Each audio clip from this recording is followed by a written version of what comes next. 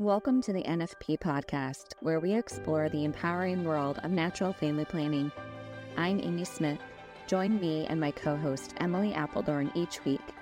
Together, we're here to dive deep into the science, the stories, and the spirituality behind NFP. Every week, we push back against the free love culture and advocate for a culture of responsible love, where intentionality and respect are at the forefront of family planning. Join us as we discuss everything from the practicalities of charting and fertility awareness to the profound impact NFP can have on relationships and communities. Whether you're new to NFP or a seasoned pro, our podcast is your go-to resource for honest conversations, expert insights, and real-life experiences. So grab a friend, settle in, and get ready to be inspired. This is the NFP Podcast. Welcome back to the podcast, everybody. We're really excited today to have with us Laura Forrest from the Read Your Body app. So welcome to the podcast, Laura. Thank you so much. Thanks for having me. Laura, do you think for those that are not familiar with the Read Your Body podcast, you could just lay out a little bit what Read Your Body podcast, the Read Your Body app, what that is and who you are, what's your connection with the organization and the app? Sure. So I am the founder facilitator of the Body Literacy Collective, which is a nonprofit company that's behind the Read Your Body app. And the Read Your Body app is a very customizable menstrual cycle charting app, fertility awareness charting app that is very privacy focused and very customizable to suit a variety of different charting methods and charting goals. The story behind the app is really, I myself, I've got a background in public health. I'm a fertility awareness educator. I discovered fertility awareness charting just actually through my own personal need and journey. And I was really blown away by the practice of fertility awareness and wanted to, make that knowledge more accessible. So I trained as an educator and then really through being part of a kind of community of fertility awareness charters, identified a need for a charting app that was going to be, customizable and privacy focused. And so then crowdfunded the Read Your Body app in 2019, I think it was, and launched in 2020. So it's quite a unique app, I would say, in the world of femtech, in the sense that it's been community driven from the start, and I myself as the founder just have that background as somebody who charts their own cycles and somebody who's trained as an educator. So I'm not a tech person, so I think that's really reflected in the app. It's a very, very much a kind of community driven project.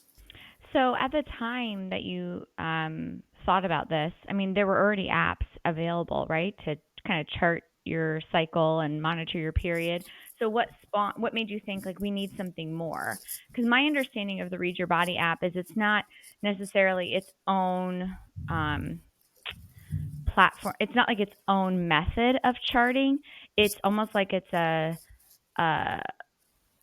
storage app for any method to be able to be charted through it. Kind of, I forget, I was trying to describe it to my husband. I thought it's just such a great idea because people have these different methods and then we can just have one app. And from a drop-down menu, you can pick how you chart but you don't have to keep buying all these different apps. Almost what is that called? Collective, like a collective app. I'm kind of like an all-in-one. What made you think we need, quote unquote, yet another app, but this is so different than others out there. Lovely question. So I was, I trained as a fertility awareness educator and I set up the company, the nonprofit, with quite a clear educational mission and vision to just make fertility awareness education more accessible. And so it was really my own experience, both as a charter and as an educator, that led me to identify this need for an app. I was using an app at the time that I was not very comfortable recommending, mostly because of the privacy policy. I wasn't comfortable with it particularly myself. It was a company that it was quite a good app, but they would basically do anything with your charting data. And so I didn't feel comfortable about that personally. And I didn't really feel comfortable as an educator recommending that to people I was going to be teaching. So the privacy thing was a big block, and then I think the other block was customizability. So I was trained to teach a method that didn't match the cervical fluid categories of the app that I was charting in. So I was going to have to tell people, well, just ignore this category and pretend that this category means this thing. And it just felt really clunky. It was like, this is not, a smooth user experience if somebody's trying to chart in a particular way, and then they're trying to fit their charting method into an app that isn't really set up to support that. So I think those are the two things where it felt like, there are lots of charting apps out there, but the privacy wasn't really a focus for them. They were kind of more corporate apps. Maybe they had like a free premium model, but they were also in some ways collecting that data and doing whatever they wanted with it, which didn't sit well with me from a values perspective. And then, just the practical aspect of trying to kind of fit charting methods into apps that weren't really designed for them. So I think that's where Read Your Body is really special. And like you say, I think with the crowdfunder, just having so many different people from the charting community coming on board very early on, and I was kind of educated myself in different methods because I was trained to teach a particular symptothermal method that's kind of the main one in the UK here.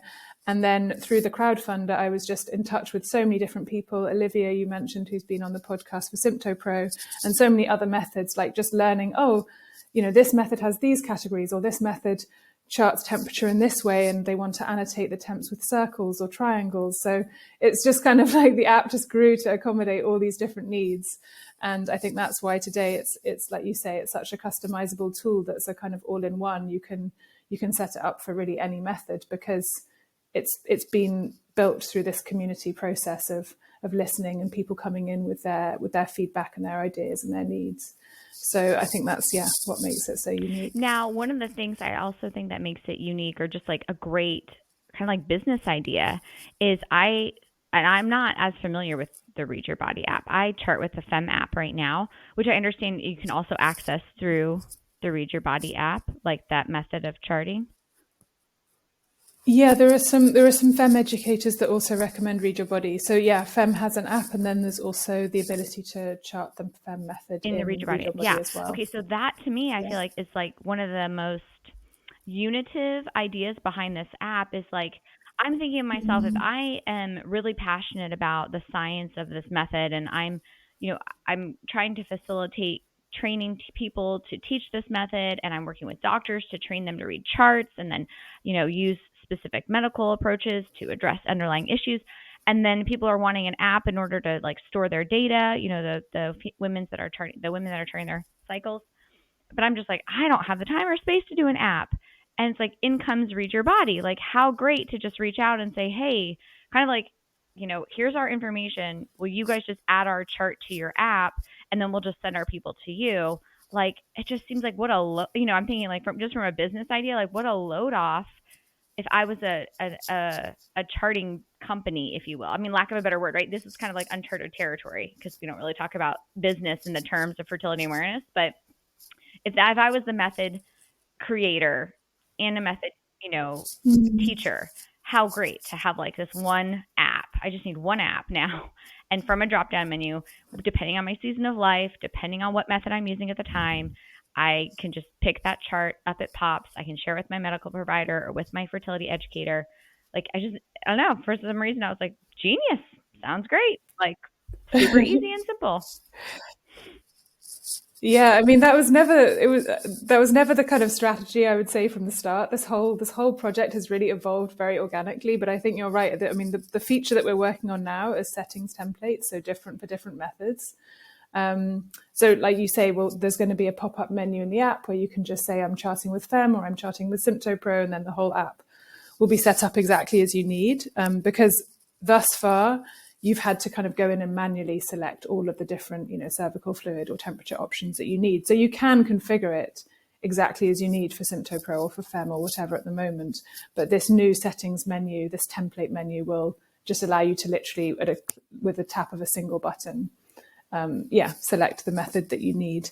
And the reception from all of these different training institutes, these method institutes, has been really positive, very keen to work with us and just to have that, easy access to an app that works out of the box with their method. And I think it's a privilege and it's a pleasure to be able to kind of offer that to the community, because I think I myself, like I said, I've not got a tech background, and going into this, I was perhaps a little bit naive, just thinking like, oh, it can't be that difficult to build an app. But now I'm like, no, it really is difficult. So it's nice to almost be able to pool that resource and that to have this tool that's serving all these different institutes, rather than each individual institute having to go on that app development journey themselves. And actually, these institutes are so busy as they are, like, doing the research, doing training educators, serving women, serving couples, that actually then to have a kind of central collective app that can serve multiple institutes, I think it's actually quite an efficient use of resource. Absolutely. And I think it speaks to the need, and I think the change in the space, because Emily and I have been doing this for a little while, and I've been doing it. And when I first entered the space, it was this may sound like a strong word, but somewhat contentious between methods, somewhat of a battle of like, this method's superior. There was a superiority, kind of a back and forth of what is the best method. And I feel like now I do hear more of a clarion call to the best method is whatever method works best for you. That's the best method. And that's really encouraging to see. And I think having a place like the Read Your Body app, where you are seeing different methods coming together to say, you're right, like, one, like, I don't want to do the app thing, so please do that for us. And then two, like, I'm okay being one among many. Like, I'm okay that maybe women aren't going to find this method super helpful and they'll find another one. I just want them to be using it, and I think more people are on that train of like, we just want women to know their body, to read their body, right, to chart their body so that they feel informed. I kind of don't care if it's my method or someone else's method. So that's just super great. Yeah, I've noticed that as well, actually. I think since coming into the space, there's historically maybe a bit of competition, like which method is best or most effective. And now it feels there's kind of a generation of instructors and educators and a kind of shift at the institutional level of this feeling of like, well, no, we're a collective field that represents, natural family planning, fertility awareness, education. And actually, there's a strength in that diversity, because maybe somebody does really want to go down like a hormone testing route, or someone does really want to go deep into the details of cervical mucus, or, they want to do a cross check with temperature. And actually that's all great that there's all these options. So I think it's, it's really lovely that Read Your Body can be a place where that's expressed, and where, all these different ways of charting come together in one tool. Yeah, it's absolutely. Really special. I think it's a sign of strength. When unity is like kind of the main focus, like lots of ways are welcomed here. I think that's really, really great. So can you touch a little bit, this is something that Marguerite mentioned when she was on the podcast, the aspect of privacy protection that the Read Your Body app holds in such high regard, I guess. Why is that important, for someone who says like, well, who cares if someone uses my charting data? Like, it's a cycle, it's not like my credit card information. Why does privacy matter to you, Laura? I think, for me personally, it's just a value that I hold. And I think it's to do with dignity. It's, when we're charting things that are very private and personal. And so I just feel, personally, I just feel to like hold that with a lot of care. It's not a lot of the things that I'm charting, it's not like I would be, I'm just quite a private person, so I wouldn't be, sharing them all over the internet. And so I think to find a company, to find an app that kind of holds you as a person and that part of your life with that kind of, that sense of care is important. It's, privacy is a human right, that kind of sense of dignity around, fertility and health journeys. There's, these are kind of tender parts of our lives. So I feel that, when I see companies in this space that are in it with values that are maybe more profit driven, I don't know, that to me just doesn't sit with my personal like value system. So I think to have an app in this space that really stands for privacy as a core value is really important for just for people to have that option if that's something that they value as well. And I think it's reflected as well in then how the company acts and how they, like all of the incentives, you know, that are built into the way that they're designing an app. So apps that don't have privacy as a focus, maybe then they're going to engineer their app, because if they're using that data, for example, to monetize data, they might be building that app in a way where they're trying to encourage users to enter as much data as possible, so that then they can, you know, do whatever they need to do with that data to monetize it. And then you think, well, is that actually serving the user if they're being prompted to enter all of this data about their intimate life, you know, their lifestyle? Is that actually supporting their particular health or fertility goal, or is that actually serving the company and their, you know, profit-driven goals? So I feel in a way like the design decisions we're making at Read Your Body, because we don't ever have access to user data, we don't really mind if a user is entering like 1 data point or 10 data points every day, as long as they are getting value from the app in terms of their, you know, personal fertility and health goals. So I feel it kind of shapes the product in a way that's very, like, our product is very user-centered. We're focused not on, how much data can we extract to monetize? We're focused on, is this going to really serve the user in terms of whatever fertility or health goal they have? So I think when you take data out of it, like the kind of monetization of data out of the way you're designing your product, then what's left is like the user and the person that's using the product. So I think it's subtle, but it's also kind of completely fundamental to how apps are built and the design choices that are made. And I think then the experience that somebody has of that app. I don't know if that makes sense. I'm not sure if I explained that well. One of the things that Emily and I talk about on this podcast a lot is we believe that there is, you know, a divine element to the body and to our sexuality. And as I heard you talking, that's what kind of resonated with me, was this recognition. Maybe it's not at a spiritual or religious or divine level, but this underlying recognition of that there's something sacred about this. You know, there's something unique that it's not just, you know, here's what my body is doing today. It's not cold. I didn't hear like a cold from that, like a very medicalized, sterile, you know, put in your information and it's going to spit out, you know, what your body is doing, if you're fertile or not. It was very much like, no, there's a human being attached to these signs.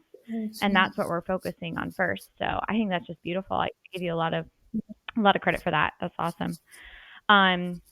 So let's see where to go from here. Okay, so why don't you tell us a little bit then, Laura, how does someone get started? What else is there aside from just charting? You know, say someone comes to the Read Your Body app, you know, a Google, right? They find it. They're not meeting with a teacher regularly to chart their cycles. Can someone just start learning about their body directly from the app and start charting without a teacher? Or does the app demand you also be working with a teacher? Kind of how does that work? Is it self-learning, working with a teacher, whatever you want? What does that look like? Yeah, so at the moment, the app is designed very, I guess you could say narrowly as a data recording tool. So we're very clear that like it's a bit like having a paper chart on your phone. So you're entering your data, the app isn't interpreting anything for you, you're making your own interpretations. And then, you know, you can use that to support your family planning and your health goals in whatever ways might be relevant to you. So if somebody comes to the app and downloads the app and thinks, oh, you know, they're really interested to get into natural family planning or to learn more, they're not going to find that support directly inbuilt in the app. We do have various kind of info pop-ups just to orientate people to the basics, but really we signpost to learning support. So that's where we have these collaborations with SymptoPro, FEM and others. We have an educators directory on our website so people can find an educator and instructor to guide them and to support them. And obviously as well, if people want to self-teach with a handbook, that's really, really welcome and accepted. And I think we did a community survey last year and we found more than 50% of people in the community are self-teaching actually. So there's a mixture of self-taught and educator-taught within our current community of users. We do have aspirations to provide more education ourselves as the Body Literacy Collective alongside the app, and that's something we're going to be working to deliver. But at the moment, it's really just signposting to the educators, the hundreds of educators that are already out there doing great work. And that feels like a lovely kind of, symbiotic relationship where we can focus on having this really reliable, customizable, private data recording tool, and then we can signpost out to that educational support. And I think that's another one of our goals, is that if somebody does just stumble upon Read Your Body in the App Store, that we're kind of that window or that like portal into this whole world of body literacy that is so much more than just the app. Our hope is that people will find us, and then they'll be signposted out to the support they need to really, be able to read their body autonomously. And, maybe then they'll go on and they'll use paper charts, or they'll use another app, but like we can be the kind of meeting point or the signposting point for them. And hopefully they'll continue with Read Your Body if that's the right app for them. But we can also be that signpost into the world of body literacy for them. I have a question in regards to the general ages that you see with your users. I'm wondering about young girls and young teens, and if there's not knowing how the program is set up or the app is set up. Is there anything specific that you guys would a young girl, the access that she would have with the app, would that be something that could help her too, even though she's obviously not in a marriage and charting all these things? I just wonder if there's any, if that would be a good option for them. Yeah. I mean, there's also been talk within our team and the community. We've heard, like, could there be a teen version of Read Your Body? And we've discussed, like, what would that look like? I think at the moment, I do know of some particularly educators who have supported their daughters in using the app, who have been in touch saying this is an amazing tool. And it's one that I recommend, because when you come in through the welcome flow, there's a question in the welcome flow saying, are you sexually active? And if you say no, you can then set up the app, and that's all hidden. So then you can just use it as a charting tool. A mother could, for example, go through the welcome flow with her daughter, and then the daughter would be in the app in a way that it could be set up.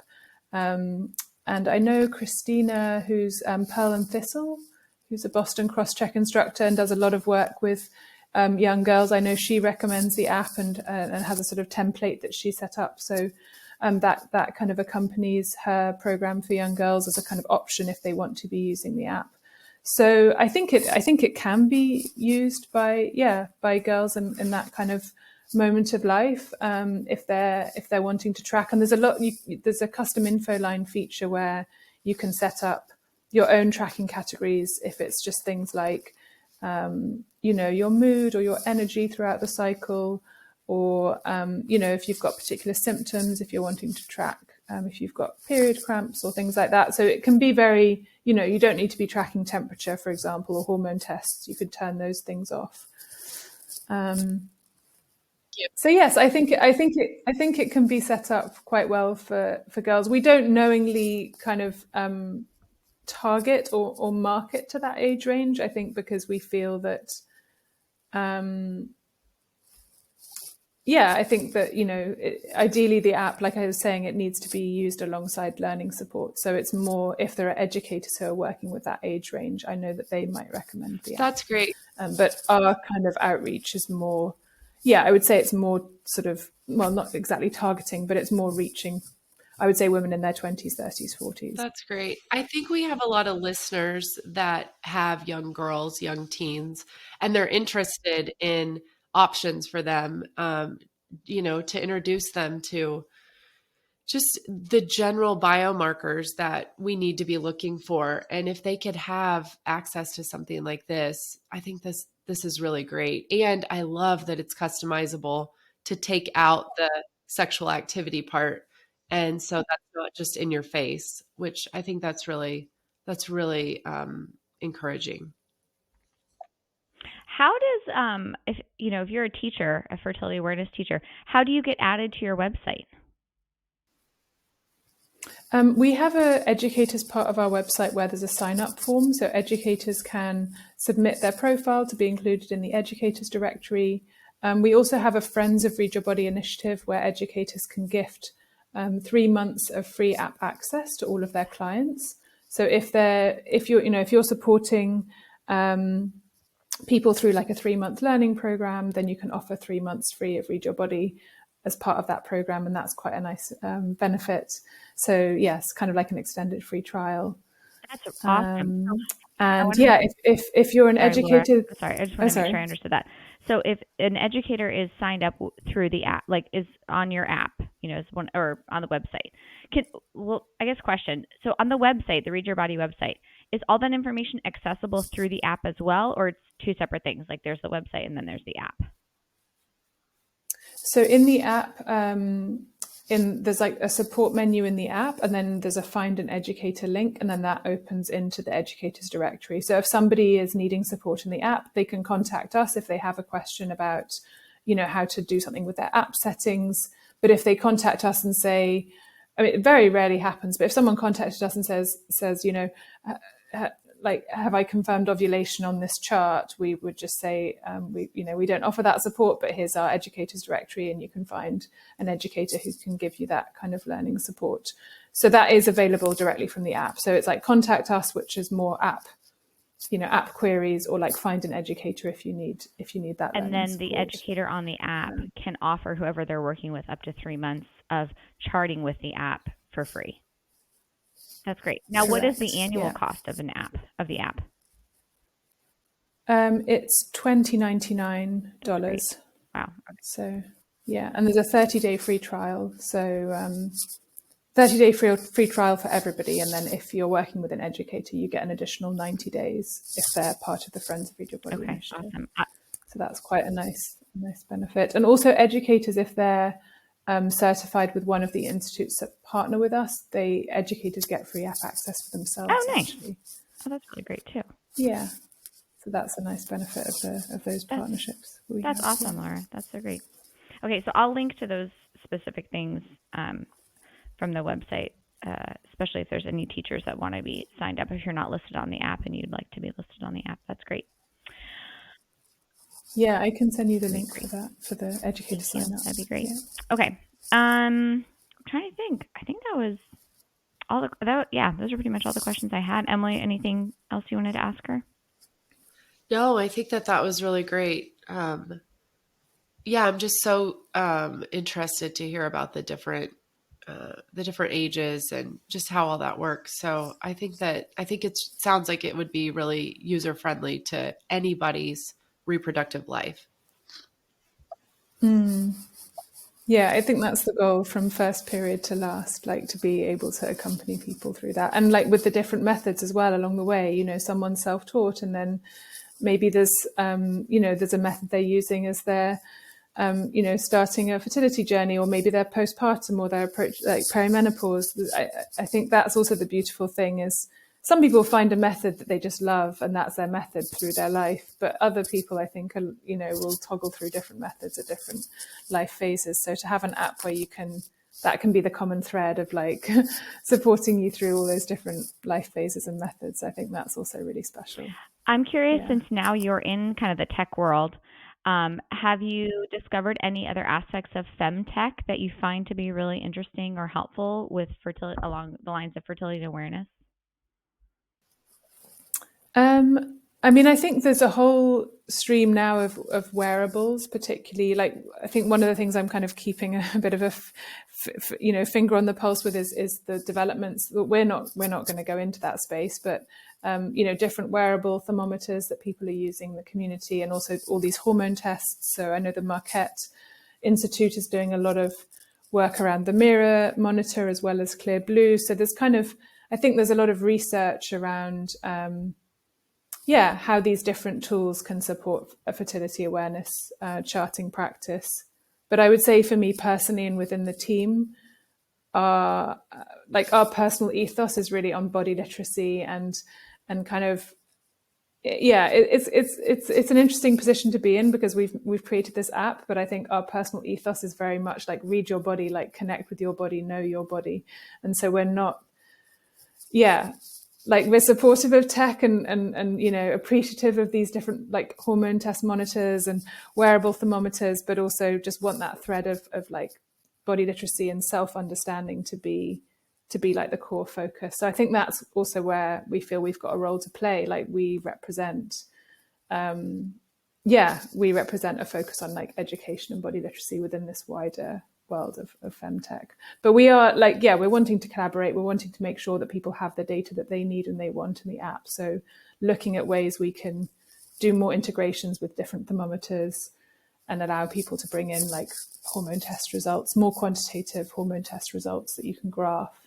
I think that's a direction we'll probably go in the coming years. But yeah, still with that thread of like being able to understand and read your body, and that kind of what you were saying about, that sense of connecting to something that's beyond science, like connecting to something that is, kind of mysterious and precious at the heart of what we're all doing. It's funny because I too, you know, all about like, you know, knowing your signs, like you're going to know your body better than anybody and better than any device.